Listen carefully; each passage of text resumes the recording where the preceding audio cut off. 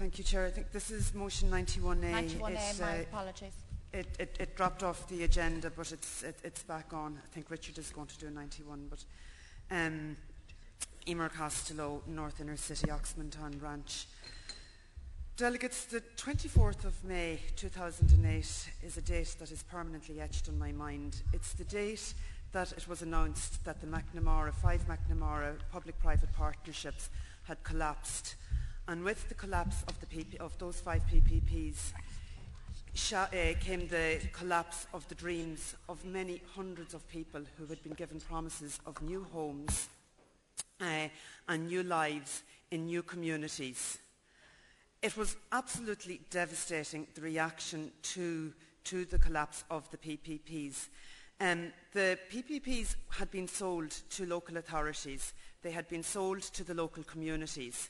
And we were told at the time, when we had PPPs being introduced by a Fianna Fáil government as the saviour, the way forward, it was going to be a win-win situation for everybody. We were told the local authority couldn't lose.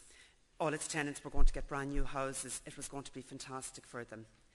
We were told that surrounding communities living beside some of the rundown flat complexes couldn't lose because they were going to get regeneration, they were going to get new communities moving in, it was going to be fantastic.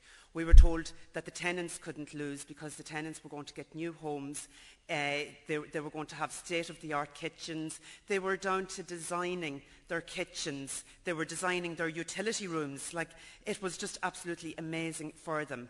And then all of that was pulled from them on the 24th of May 2008, and we learned very quickly that it wasn't a win-win situation for everybody. It was not a win-win situation for the local authorities.